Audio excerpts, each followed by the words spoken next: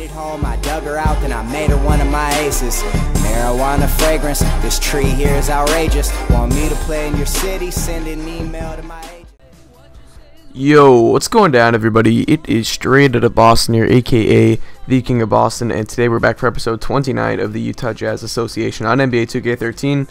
And today we are into the Western Conference semifinals. We're going to be going up against the Oklahoma City Thunder. So we faced the Thunder in the Western Conference Finals last season. We were the 1 seed. I believe the Thunder were the 2 seed, but I can't quite remember.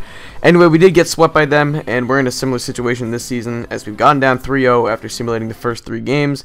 As always, we simulate up until the first elimination game, and that has not worked well for us so far, at least going up against the Thunder in this series, because now for the second straight season, we go down 3-0, and last year, as I said before, it resulted in a sweep. This year, hopefully we can turn things around. I don't know if we're going to be able to make a 3-0 comeback, but, you know, we'll certainly give it our best shot, and if not, then all well, we'll just move on into next season.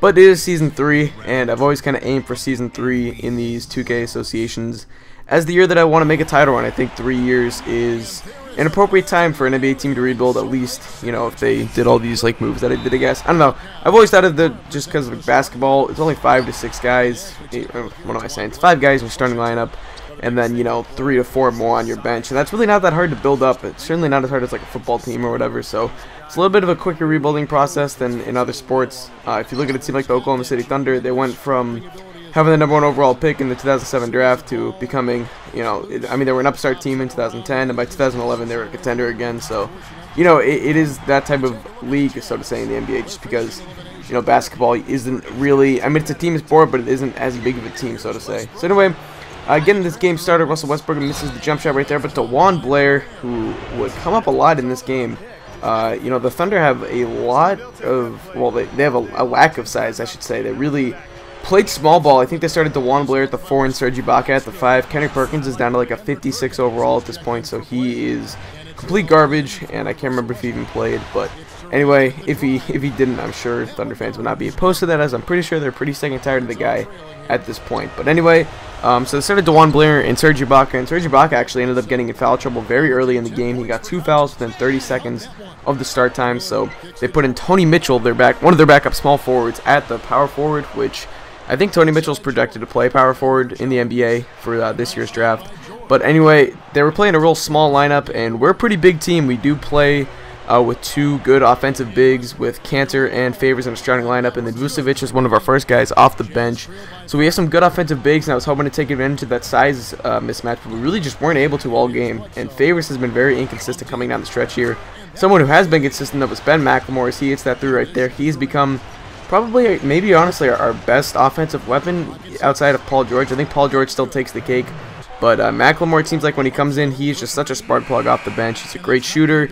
He's athletic. He can get to the rim. He's kind of developed, you know, he's developed a good handle. He hasn't really developed a good, you know, shot creating ability, which is his weakness in real life as well. But he is very athletic. He can shoot the ball very well, and I think we put him in an appropriate place for his abilities to be best used. But he cannot defend very well. As you can see, Russell Westbrook gets the jumper in his face. And now Reggie Jackson, the backup point guard for the Thunder, bringing the ball up. He's trying to go to work on Eric Bledsoe. Gives it down low to Kevin Durant, who will hit the post fadeaway over Kenyon Martin, who I've been very happy with so far. He's played very good defense for us, although obviously not there. Although he did get a very tough matchup today, playing against arguably the best offensive player in the NBA. But this is a Thunder team that appears not to rely so much on its stars. You know, Kevin Durant's a 99 overall, and Westbrook's a 98 at this point. I think Ibaka's up to an 89. So they do have kind of a big 3 right there. But what I really noticed about this team was its depth. I mean, Perry Jones and Reggie Jackson and Jeremy Lamb are all 3 rookies that have progressed very nicely. I think Jackson's in the low 70s.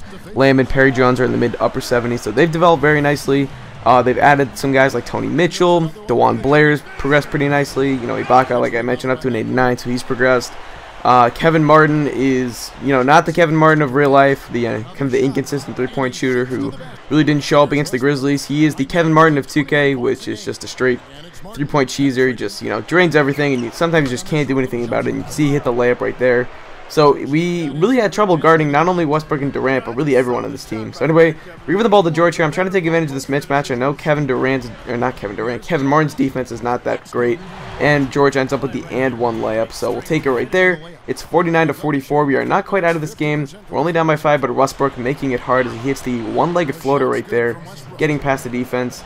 And that would pretty much wrap up the first half. As you can see, before we enter the half, Westbrook once again just taking over. I mean, you know, there are times in this game when Westbrook and Durant was just unstoppable, or were just unstoppable. We just could not do a thing about it. And as much as I would praise this team's depth, I really do feel like it was Westbrook and Durant and the combination of them really that led to their 9-point lead at the half. I mean, my inability to contain them really, I don't know, I think propelled the Thunder and almost propelled their bench in a way. I mean, it was just crazy sometimes, but either way, we're down by 16 points at this point, and we need to get something going. Our offense has struggled all game. We still haven't scored this half, I believe, so that was our first point right there. It took 2 minutes and 20 seconds, and it took an Eric Bledsoe hop-step jumper, which, if you guys have been following the series, Eric Bledsoe, not the best jump shooter in the world. But look at DeJuan Blair getting the offensive rebound.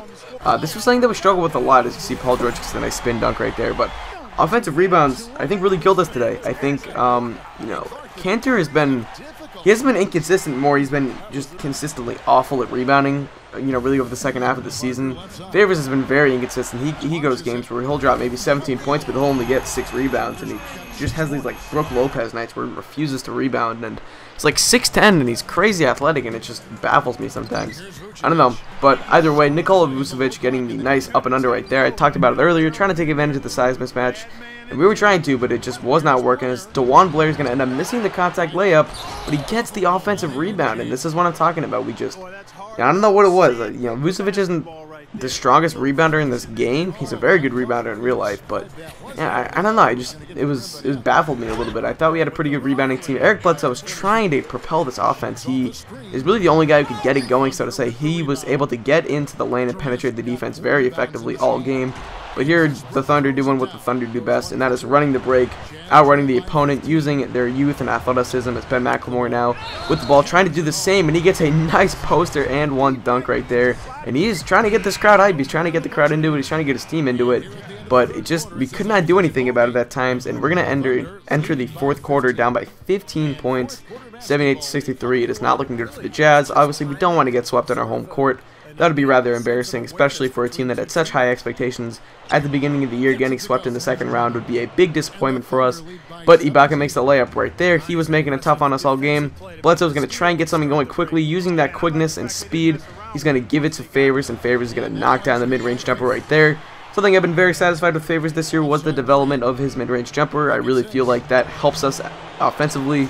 You always look for your power forward to be someone who can step out and at least hit a 10 to 15 footer, and I feel like Favors has really helped us. I didn't expect him to be the one to develop the jump shot. I was looking for Cantor to develop it, and Cantor can hit it from time to time, but he's definitely not as consistent as Favors. As Russell Westbrook hitting the hop-step layup once again, just dominating us in the paint, dominating us with the drive, and Westbrook once again, now you can see running the break, gives it off to Durant, and Durant is just unstoppable in the break sometimes. He was not going to miss that layup unless we fouled him hard.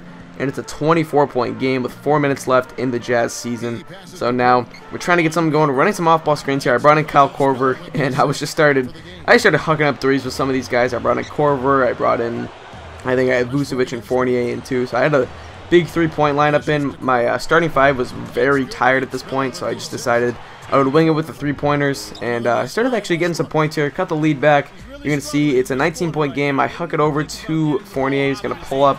He's going to actually end up draining that one. So we cut it to 16. That was pretty much as close as we would get it. It's back up to, I believe, 17 now. And with under 45 seconds to play, Westbrook, once again, I mean, really just putting this one away.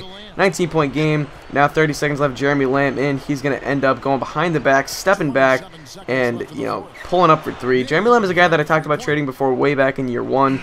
I knew he would develop into a solid player. Hasn't really become that superstar that a lot of people thought he could be, but certainly has developed into a solid player. Could be a fourth or fifth option, really even a third option on a good contending team. But anyway, that is besides the point. That is going to wrap up this video. We end up losing this game by a bunch, and you know, the Thunder get to celebrate on our home court. They blew us out. It was kind of pathetic. Reminded me a lot of the Nets' performance this season in Game 7 against the Bulls in real life. You know, you gotta have some pride, and I guess our team just lacked that today. And you know, we'll have to go into the offseason and kind of address that. And you know, whether that's a problem, I'm not really sure. We'll see.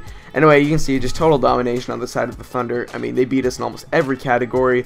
No one really showed up for us. You know, Paul George only had 18, and after that, it was kind of a shit show offensively. Whereas the Thunder, you know, they got a good balance of scoring 20 and 22 from Westbrook and Durant, and then a lot of other guys getting between like 7 to 9 to 11 points. Just, you know, you get a lot of guys who do that. That adds up after a while. So anyway, that's going to wrap this video. Thank you guys for watching. Hope you did enjoy, and as always, I'm out. Peace.